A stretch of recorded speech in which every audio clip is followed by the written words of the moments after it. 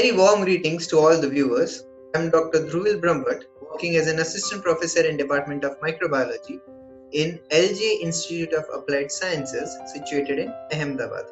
Today, we'll discuss about energy-rich compounds. This topic is also included in MI 302 of Semester 5, Unit 2 according to Gujarat University syllabus. So let's begin with today's session. What is an energy metabolism of a living organism? So before that, we need to understand what is a metabolism. Metabolism is nothing but a summation of catabolism and anabolism. Each and every cell requires energy to perform its cellular activities. Now there are three major cellular activities.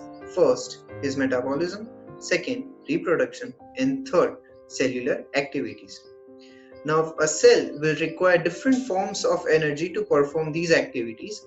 One of the major energy will be biochemical form of energy.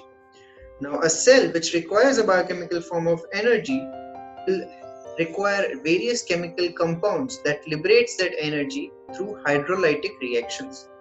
Now, when hydrolysis is carried out, some groups which are bound with an high energy bonds are going to liberate or release energy. Each cell contains a variety of energy-rich compounds which are formed and which are utilized for general purposes or to drive specific set of biochemical reactions. Each high-energy phosphate compounds are nothing but an example of high-energy bonds or energy-rich compounds. A phosphate molecule containing compounds are considered as high energy when hydrolyzed. They generate more than 20 to 25 kilojoule per mole. Now this free energy is represented in the negative form. Because it is represented in a negative form, it is also known as Gibbs free energy. Now high energy phosphate compounds are not used for long-term energy, but they are used as a reserved form of energy. So whenever the cell requires or demands the energy, the high energy bonds will break in form of phosphate molecules and provide them with different forms of energy. Here, the energy compounds are classified mainly into 5 categories. Category 1, pyrophosphates. Category 2, enol phosphates. Category 3, acyl phosphates. Category 4, thiol phosphates. And Category 5, Itophosphates, also known as phosphagens. Here, we'll start discussing with each energy-rich compounds categories. Talking about the first category, pyrophosphates. Now, the pyrophosphate name has been given because of the bonds called acid and hydride bonds. Now, these bonds are formed from the condensation reaction of acid groups, which majority of them consisting of phosphoric acids or its derivatives. Now, these pyrophosphates are present in ATP, also known as adenosine triphosphate. So adenosine triphosphate is a molecule which represents the group of pyrophosphates. These ATP molecules are examples of pyrophosphate energy-rich compounds. It has two high energy diphosphate bonds which are phosphoanhydride bonds. These ATP molecules serve as an intermediate donor of free energy in most endergonic reactions such as active transport, muscle contraction, transmission of nerve impulse. Apart from ATP, there are also other nitrogenous bases such as GTP, UTP or CTP.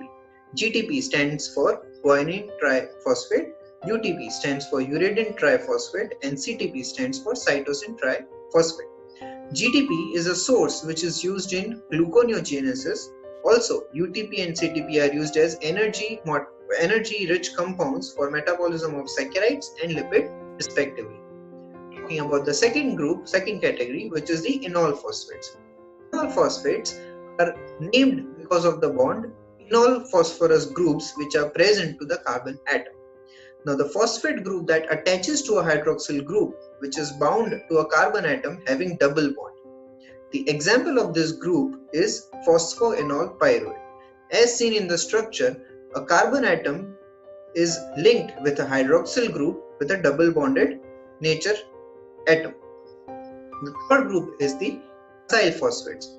Acyl phosphates are named because of the acyl group linked with the phosphorus molecule. The high energy bond in this compound is formed by the reaction between the carboxylic acid group and the phosphorus group. The common example of acyl phosphates are 1,3-bis phosphoglycerate. As you can see in the diagram, the first carbon atom is linked with a phosphorus group. The rest of the carbon atoms are linked with the alkyl group. The fourth group is the thiol phosphates. The thioester bonds results from the reaction between the thiol and carboxylic acid group. Now, this particular group does not contain high energy phosphorus bond. Instead, it contains a thiol ester bond which provides the high energy instead of the phosphorus bonds. As you can see in the diagram, the alkyl group is linked with a double carbon bond with an oxygen atom, where sulfur is linked with a moiety of CoA. Example of this group is acetyl CoA. Fifth group of the energy-rich compound is guanidophosphates, also known as phosphagens. The bonds that are formed by the attachment of phosphate group to guanidine group are called guanidine phosphate bonds, also known as phosphagens. Example is phosphocreatine. As you can see in the diagram, the normal creatine utilizes the energy and converts from ATP to ADP, where phosphorus group is added. The ATP is hydrolyzed, the phosphorus group from the ATP is released, and phosphocreatine is produced. Now, when a cell requires this energy, the phosphocreatine, which is stored in the form of reserved energy, is again converted back to creatine. Phosphocreatine is found in muscle cell, which acts as a reserve energy for tissues. Therefore, creatine gets converted to phosphocreatine by giving ATP molecule, whereas phosphocreatine is converted to creatine by utilizing a ADP molecule. These are the various high energy bonds that are produced, the type of the bond, compounds, and the energy that they produce. First is the phosphoanhydrate, which has the common example of ATP, UTP, GTP, or CTP. The amount of energy that is generated is 30.5 kilojoules per mole. We saw in the second group for enol phosphates, which contains the common example of phosphoenol pyruvate, the amount of energy is 61 kilojoule per mole. In the third category, we considered about acyl phosphate. The common example is 1,3-bis phosphoglycerate. The energy that is generated is 49 kilojoules per mole. The fourth group that we considered was guanidine phosphate. The example was phosphocreatine. Amount of energy generated is 43 kilojoules per mole. And the fifth group that we considered was thioester. The example was acetyl CoA. The amount of energy is 41 kilojoules per mole. Now let's summarize this topic. It is very simple. A cell requires energy to perform its basic functionalities. This energy is required and derived from the cell through cellular metabolism. Now, metabolic pathways are responsible for generating various syntheses and various molecules through which a cell can gain energy. Now, here we discussed about various energy-rich compounds and the type of bonds through which they are linked. Each bond possesses a unique form of energy when liberated or released.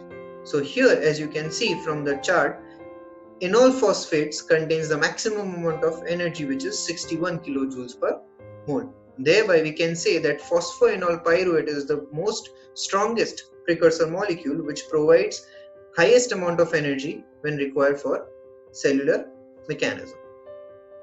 Hereby, I conclude this session. I hope you can understand the basic concept of energy-rich compounds, types of energy-rich compounds, how these energy-rich compounds form, and when and how the cells gain the energy from these energy-rich compounds. Thank you.